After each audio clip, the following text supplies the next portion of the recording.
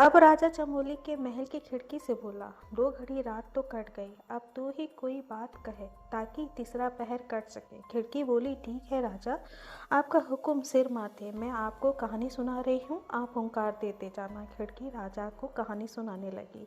एक गांव में एक ब्राह्मण व एक साहूकार के बेटे के बीच बहुत गहरी मित्रता थी। जब वे जवान हुए तो एक दिन ससुराल अपनी पत्नियों को लेने एक साथ रवाना हुए। कई दूर रास्ता काटने के बाद आगे दोनों के ससुराल के रास्ते अलग अलग हो गए। अंततः अलग अलग रास्ता पकड़ने से पहले दोनों ने सलाह मशवरा किया कि वापसी में जो यहाँ पहले पहुँच जाए वो दूसरे का इंतज़ार करे।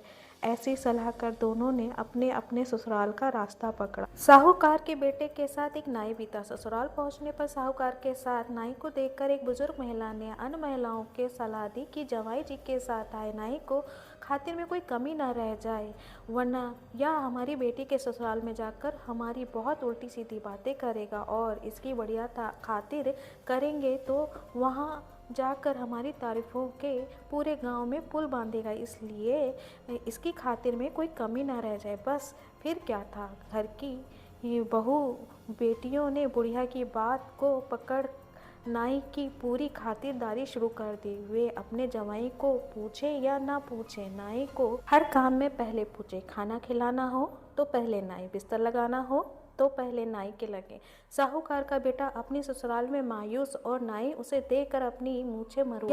यह देख मन ही मन दुखी हो साहूकार के बेटे ने वापस जाने की जल्दी की। ससुराल वालों ने भी उसकी पत्नी के साथ उसे विदा कर दिया। अब रास्ते में नाई साहूकार पुत्र से मजाक करते चले कि ससुराल में नाई की इज्जत ज़्यादा रही कि जवाई की। जैसे जैसे नाई ये डायलॉग बोले साहूकार का बेटा मन ही मन जल भुन जाए, पर नाई को इससे क्या फर्क पड़ने वाला था। उसने तो अपनी डायलॉग बाजी जारी रखी। ऐसे ही चलते चलते रास्ता काफ़ी कट गया। आधे रास्ते में ही साहूकार के बेटे ने इस ऐसी मनोहार वाली बात पर गुस्सा कर अपनी पत्नी को छोड़ नाई के साथ ले चल दिया।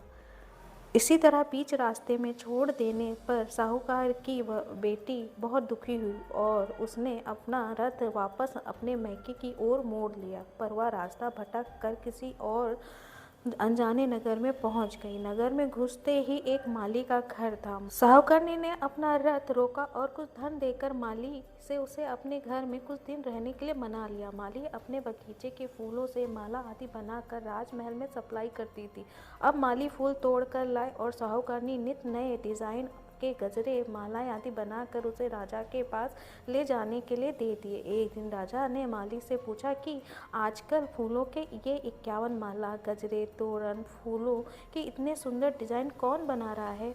तुझे तो ऐसे बनाने आते ही नहीं, माली ने राजा को बताया। हुकुम, मेरे घर एक स्त्री आई हुई है, बहुत गुणवती है, वही ऐसी सुंदर सुंदर कारीगरी जानती है। राजा ने हुक्म दिया कि उसे हमारे महल में हाजिर किया जाए। अब क्या करे? साहूकारनी ने बहुत मना किया, पर राजा का हुक्म कैसे टाला जा सकता था। सो साहूकारनी को राजा के सामने हाजिर किया गया। राजा तो उस रूपवती को देखकर असक्त हो गया। ऐसी सुंदर नारी तो उसके महल में कोई नहीं थी। सो राजा ने हुक्म दिया कि इसे महल में भेज दिया जाए। साहूकारनी बोली, हे राजन, आप तो गांव के मालिक होने के नाते मेरे पिता समान हैं, मेरे ऊपर कुदृष्टि मत रखिए और छोड़ दीजिए। पर राजा कहाँ मानने वाला था, नहीं माना। अंततः साहूकारनी बोली, आप मुझे सोचने हेतु 6 माह का समय तो दीजिए।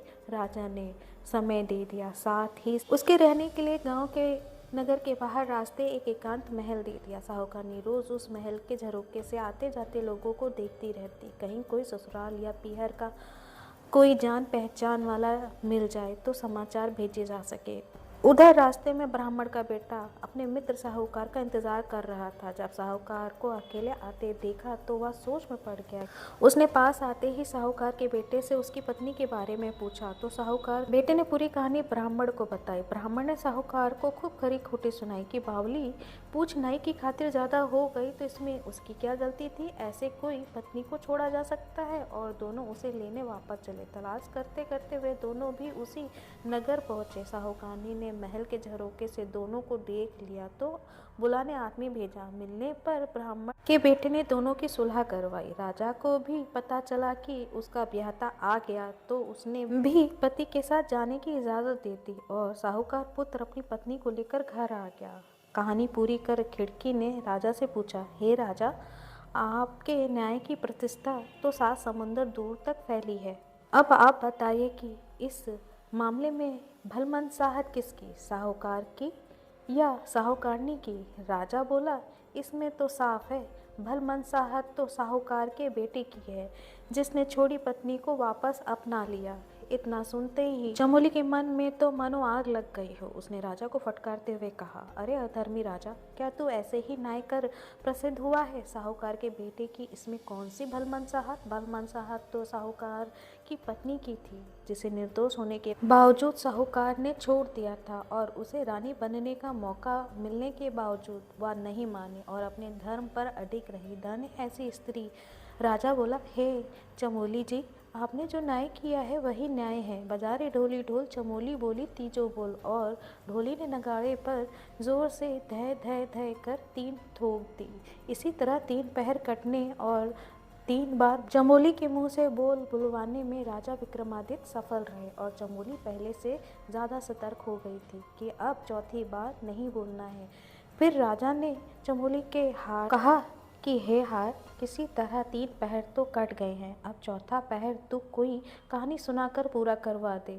एक ब्राह्मण, एक सुनार, एक दर्जी, एक खाती, 4 मित्र थे। चारों ने एक दिन आपस में सलाह कर कमाने के लिए एक साथ दूसरे प्रदेश के लिए रवाना हुए। पूरे दिन चलने के बाद एक जगह वे रात्रि विश्राम के लिए रुके। वहाँ चारों ने फिर सलाह की, कहीं ऐसा नहीं हो रात को सोते समय कोई हमारा सामान चुरा ले। सो एक एक कर रात में बारी बारी से पहरा लगाते हैं। सबसे पहले पहर पर खाती बैठा। चूँकि वह भी दिन भर पैदल चलने के कारण थका हुआ था, सो थोड़ी देर में ही नींद आने लगी, पर वो सो कैसे सकता था। खाती ने नींद भगाने के लिए पानी से मुंह धोया और इधर उधर देखा तो उसे एक लकड़ी का टुकड़ा पड़ा दिखाई दिया। उसने समय बिताने वे नींद ना आए इसके लिए उस लकड़ी के टुकड़े को ले अपने औजारों से तराश कर एक पुतली बना दिया। साथ ही उस पुतली के हाथों में चूड़ियाँ भी गढ़ कर पहना दी।